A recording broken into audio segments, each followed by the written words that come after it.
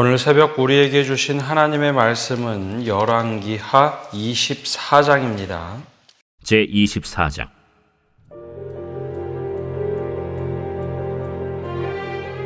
여호야김 시대에 바벨론의 왕 느부갓네살이 올라오매 여호야김이 3년간 섬기다가 돌아서 그를 배반하였더니 여호와께서 그의 종 선지자들을 통하여 하신 말씀과 같이 갈대아의 부대와 아람의 부대와 모압의 부대와 암몬 자손의 부대를 여호야김에게로 보내 유다를 쳐 멸하려 하시니 이 일이 유다의 임함은 곧 여호와의 말씀대로 그들을 자기 앞에서 물리치고자 하심이니 이는 므낫세의 지은 모든 죄 때문이며 또 그가 무죄한 자의 피를 흘려 그의 피가 예루살렘에 가득하게 하였습니다.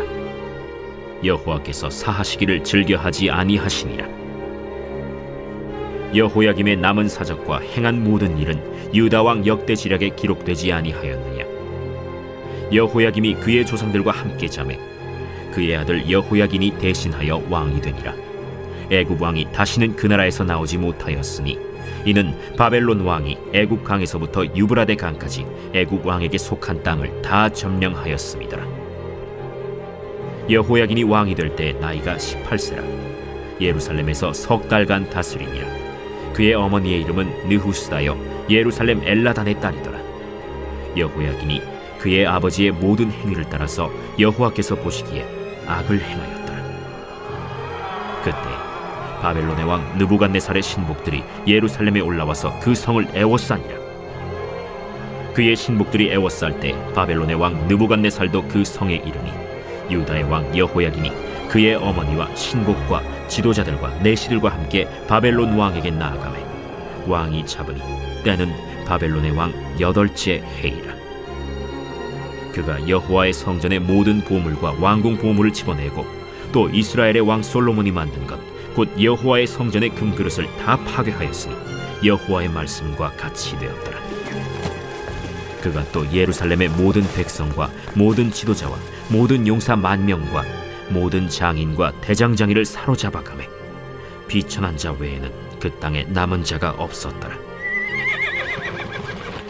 그가 여호야긴을 바벨론으로 사로잡아가고 왕의 어머니와 왕의 아내들과 내시들과 나라의 권세 있는 자도 예루살렘에서 바벨론으로 사로잡아가고 또 용사 7,000명과 장인과 대장장이 1,000명 곧 용감하여 싸움을 할 만한 모든 자들을 바벨론 왕이 바벨론으로 사로잡아가고 바벨론 왕이 또 여호야긴의 숙부 마따니아를 대신하여 왕으로 삼고 그의 이름을 고쳐 시드기야라 하였더라.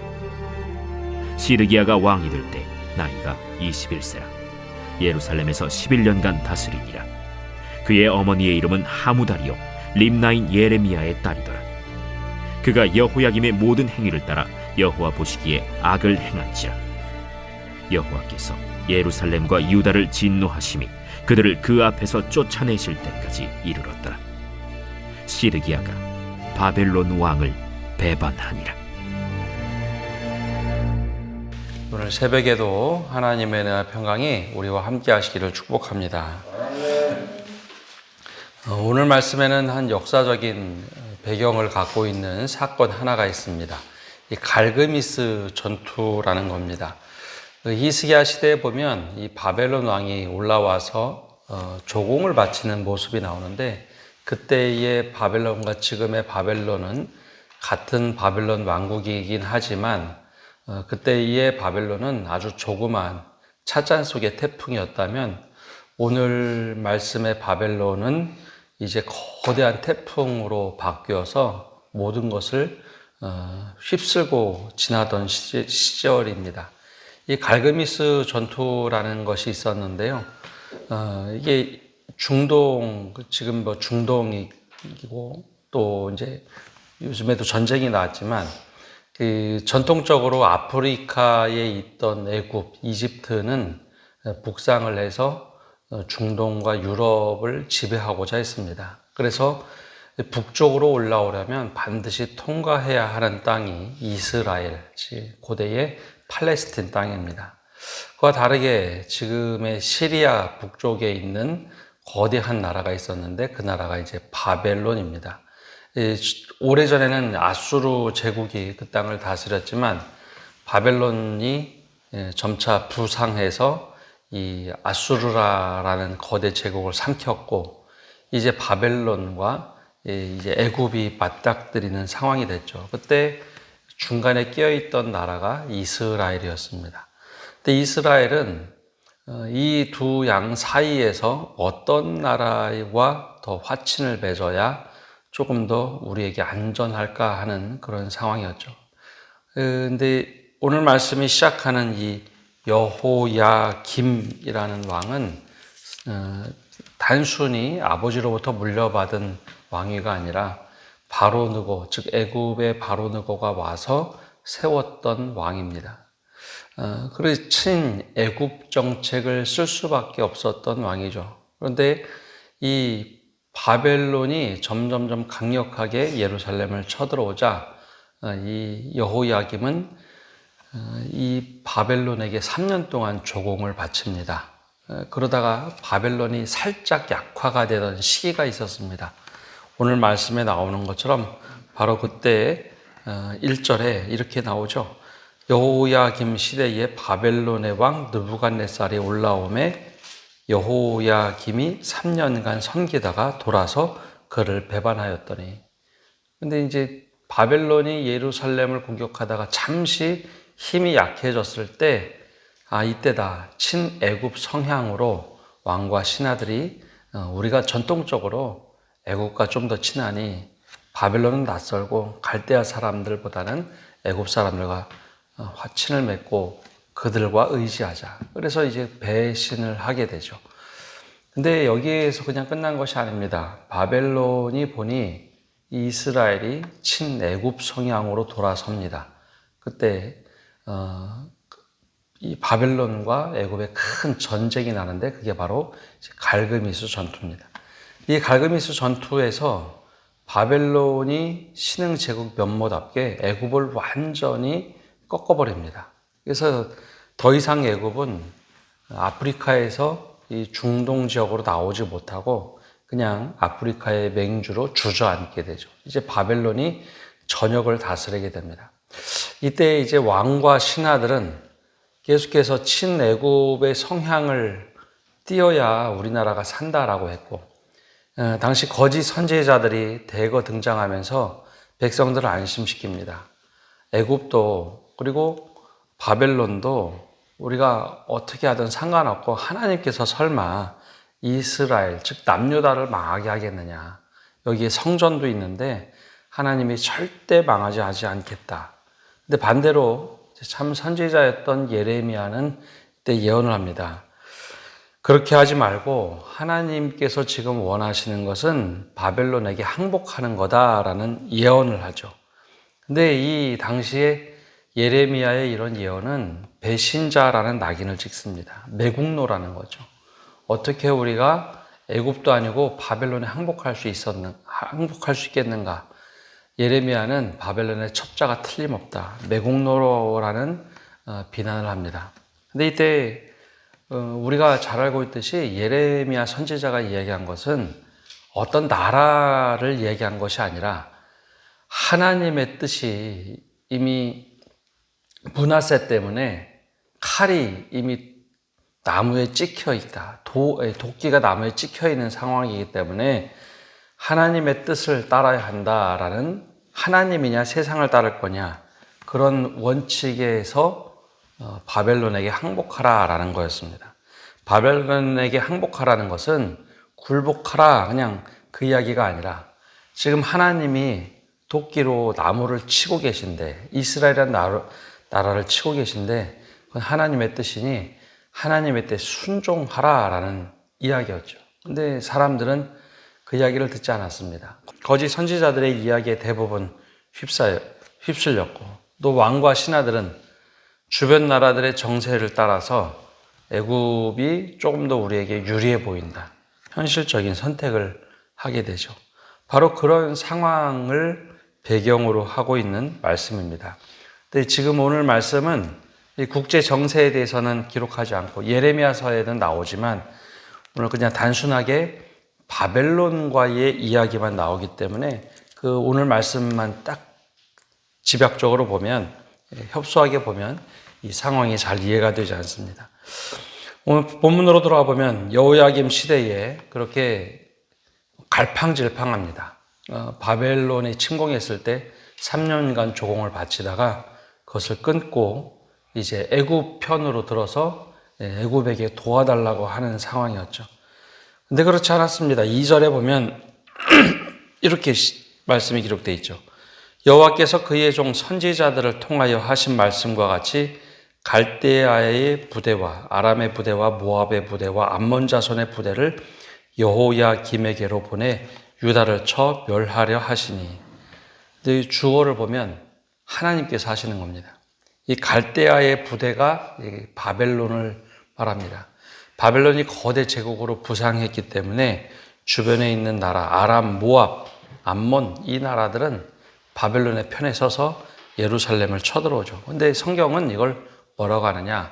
바벨론이 쳐들어온 것이 아니라 여호와께서 유다를 쳐 멸하기 위해서 그 나라들을 들어서 사용하고 있다라는 겁니다. 근데 이게 왜 이렇게 하나님이 사랑하는 이스라엘이라는 당신의 백성들을 이렇게 하실까? 솔로몬의 시대도 그렇고 다윗의 시대도 그렇고 하나님께서 약조하신 것이 있습니다. 나는 너의 하나님이 되리니 너희는 내 백성이 되라. 내 말을 듣고 청종하고 좌우로 치우치지 말라. 그러면서 모세의 시대에도 그랬고 축복에 대한 이야기를 쭉 이야기합니다. 나는 너희 하나님이 될 것이다. 그래서 지켜 청종하라. 근데 그렇게 하지 않을 때 하나님께서는 축복만 약속하신 것이 아니라 저주도 약속을 하시죠. 너들 이 길을 떠나면 안 된다. 내 말을 듣고 청종해라. 그러면 나는 내 하나님이 될 것이고 보호하겠다. 그런데 북이스라엘도 남유다도 그렇게 하지 않습니다. 그래서 하나님께서 말씀대로 이루신 일이 바로 바벨론을 들어서 남유다를 치시는 일입니다. 그러면 어떤 일이 있었을까? 우리가 어제 말씀에도 이야기했듯이 3절과 4절에 그 이유를 이렇게 말씀하십니다.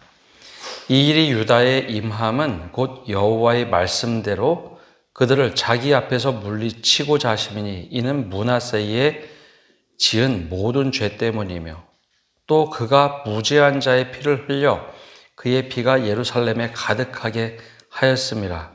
여호와께서 사하시기를 즐겨하지 아니하시니라. 이게 시편의 말씀과는 정반대입니다. 여호와께서는 노하기를 더디하시며 인자와 자비와 긍휼이 많으신 분이다 라고 하는데 이번에는 므낫세의 51년간 통치하면서 지은 죄 때문에 더 이상 여호와께서 사하시기를 즐겨하지 아니하신다. 므낫세의 죄에 대해서 내가 반드시 갚을 거다.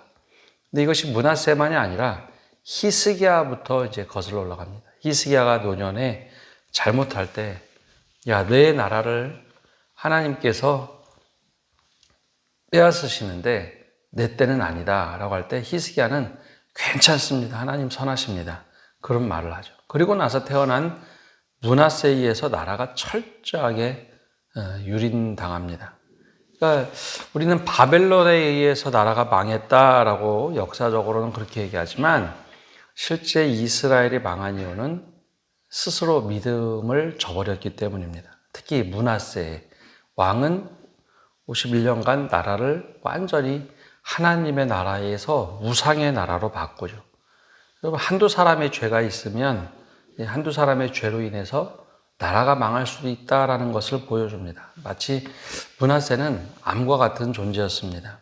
그러니까 모든 것을 빨아들이고 자기만 키우고 자기는 괜찮은데 후손들은 완전히 망가지는 나라가 되도록 했죠. 그런데 하나님의 말씀은 한 점 틀림없이 그대로 이루어집니다. 그래서 말씀대로 이루어집니다. 이때 이스라엘의 왕들과 신하들의 정치는 하나님 없는 정치, 즉 누구 편에 설 것인가 그것만 궁리하죠. 근데 어떤 나라에게 설 것인가 그것만 궁리합니다. 그래서 인간적인 계산을 하죠. 우리가 애굽이라는 큰 나라에 붙으면 우리가 좀 더 안전할까? 신흥제국 바벨론에 의지하면 우리가 좀 더 안전할까? 근데 왕과 신하들은 그래도 애굽이 우리와는 좀 더 가까우니까 그래서 바벨론의 조공을 바치다 바벨론의 힘이 조금 흔들리자 바로 친애굽으로 바꿉니다. 이게 영적인 문제가 해결되지 않은 상태에서 누가 더 힘이 있느냐, 누가 더 돈이 많으냐, 누가 더 나에게 이로우냐 하는 계산만 할 뿐이었죠. 근데 그 계산이 얼마나 어리석은 일이었는지 오늘 말씀에는 너무나 잘 보여줍니다. 그래서 이 바벨론이 쳐들어와서 모든 것을 이제 망가뜨립니다. 그리고 여호야김이 죽고 여호야긴 그의 아들이 왕위에 오르죠. 근데 그 왕의 아들이 올랐을 때 18살에 왕위에 오르는데 그 요시야 왕은 8살에 왕위에 올라서 26살에 종교개혁을 하죠. 18년 동안 쭉 참고 있다. 근데 이 여호야긴이라는 어린 18살 왕은 오히려 아버지의 모습과 똑같이 따라합니다. 여호야김과 똑같이 따라하며 하나님 보시기에 악을 행하였더라. 그게 여호야긴에 대한 평가입니다. 그러니 하나님께서 점점 악을 행하는 그들을 가만히 내버려 둘 리가 없으시죠. 그래서 바벨론이라는 회초리를 들고 또 때립니다. 이번에는 3년 동안 배신했던 보복이 이번엔 또 시작이 되죠. 그래서 바벨론 왕 느부갓네살이 이번에는 아주 대규모 공세를 취합니다. 그래서 모든 것을 앗아가죠. 성전에 있는 모든 금은도 가져가고 왕궁에 있던 금은도 가져가고 모든 신하들까지 포로로 끌고 갑니다. 그래서 나라가 완전히 회파가 됩니다. 근데 이 이유가 뭐라고요? 하나님 없는 정치입니다. 거기서 시작합니다. 이 사람을 의지하면 이 나라를 의지하면 더 괜찮을까? 저 나라를 의지하면 더 괜찮을까? 근데 예레미야는 눈물로 호소를 하죠. 바벨론에게 항복하라. 이게 나라에 항복하라가 아니라 하나님의 뜻에 항복하라. 하나님께서 이미 징계의 채찍을 드셨기 때문에 그 징계는 오히려 고스란히 받아야지 하나님께 부르짖고 이건 아니라고 얘기할 상황이 아니다. 그래서 하나님이 이미 진노하셨기 때문에 거기에 납작 엎드리고 하나님의 뜻을 따라라. 근데 그것을 따르지 못하며 나라가 완전히 망해갑니다. 근데 어느 정도 이제 망하느냐? 13절에 보면 이렇게 기록되어 있죠. 그가 여호와의 성전에, 즉 그가라는 것은 바벨론 왕입니다. 여호와의 성전의 모든 보물과 왕궁 보물을 집어내고 또 이스라엘의 왕 솔로몬이 만든 것 곧 여호와의 성전의 금그릇과 그릇을 다 파괴하였으니 여호와의 말씀과 같이 되었더라. 그가 또 예루살렘의 모든 백성과 모든 지도자와 모든 용사 만명과 모든 장인과 대장장이를 사로잡아 가매 비천한 자 외에는 그 땅에 남은 자가 없었더라. 그가 여호야긴을 바벨론으로 사로잡아 가고 왕의 어머니와 왕의 아내들과 내시들과 나라의 권세 있는 자도 예루살렘에서 바벨론으로 사로잡아 가고 또 용사 7,000명과 장인과 대장장이 1,000명 곧 용감하여 싸움을 할 만한 모든 자들을 바벨론 왕이 바벨론으로 사로잡아 가고 모든 것을 사로잡아 가고 여호야긴의 숙부 시드기야를 왕위에 올립니다. 자, 근데 여기서 처음에 이제 열왕기 말씀 나누면서 말씀드렸는데요. 왜 이렇게 상세하게 나라가 망하는 것을 기록했을까라는 겁니다. 이 열왕기 상하의 말씀은 나라가 패망하고 포로기에서 잡혀오기 전 그때 기록된 말씀입니다. 즉 후손들에게 우리나라가 왜 망했을까라는 것을 아주 상세하게 들려주는 말씀이 열왕기 상과 하의 말씀입니다. 왜 우리나라가 왜 망했을까? 그래서 역대 왕들의 잘못이나 실정했던 것, 선조들이 잘못했던 것을 아주 상세하게 기록하면서 너희는 그러지 말아야 한다라는 이야기를 들려주고 있습니다. 근데 역대 상하 가면 똑같이 나라가 망해도 뉘앙스가 좀 다릅니다. 이렇게 선조들은 잘못했지만 너희들은 이것을 다시 개선해서 나라를 제대로 세워야 된다라는 뉘앙스로 잡혀져 있습니다.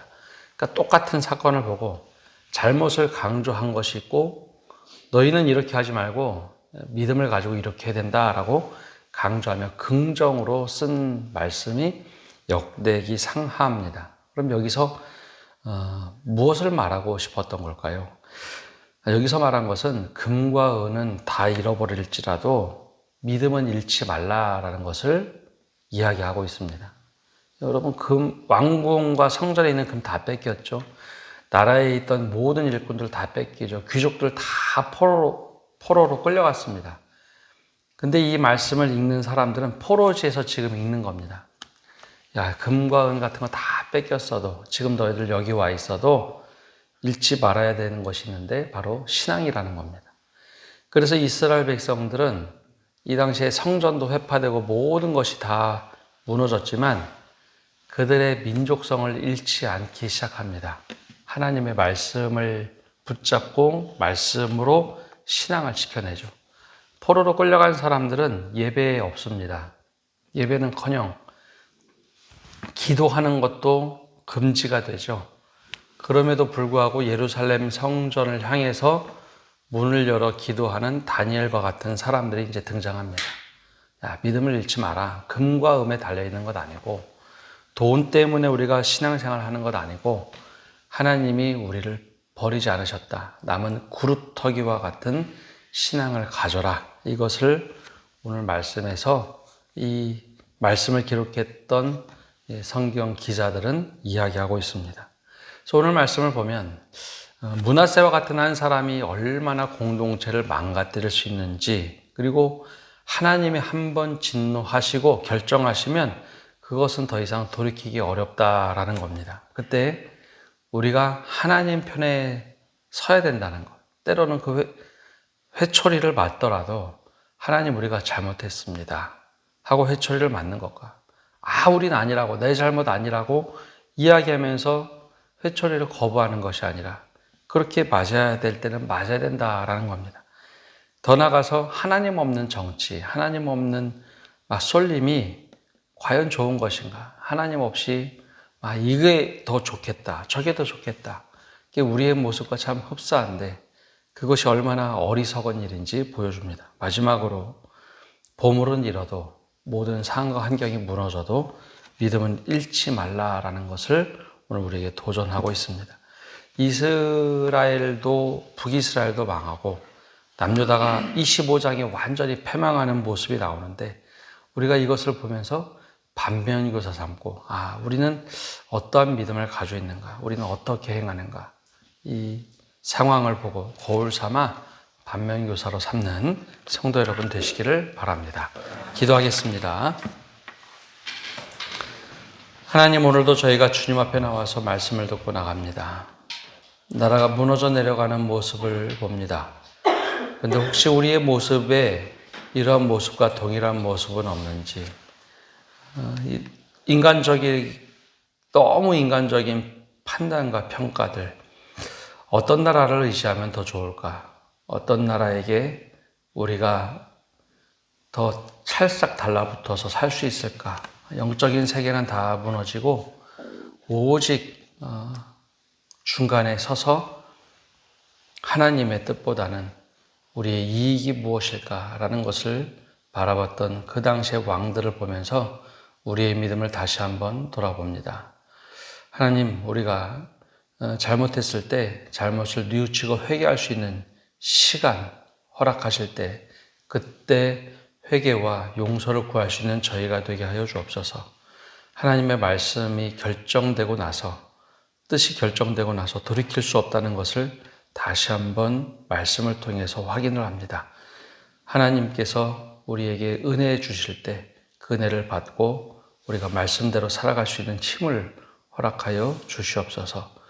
또한 우리가 모든 것을 잃어버리되 믿음을 잃지 않도록 하나님, 우리에게 굳건한 믿음을 허락하여 주옵소서.